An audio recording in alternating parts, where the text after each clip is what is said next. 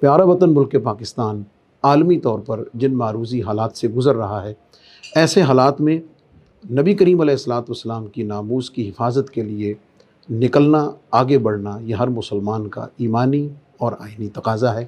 لیکن اس مقصد کو حاصل کرنے کے لیے بقائے باہمی، رواداری، محبت، امن اور اخلاص کو سامنے رکھتے ہوئے معاملات کو طے کرنا، یہی ایک بہترین شہری، بہترین امتی اور بہترین لیڈر ہونے کی علامت ہے۔ آج ہم سب کو چاہیے، ہم سب محبت عشق اور نبی اکرم صلی اللہ علیہ وسلم سے محبت اور عقیدت ہمارے ایمان کا حصہ ہے، ہم اس کو سامنے رکھتے ہوئے ایک دوسرے کا احترام کریں۔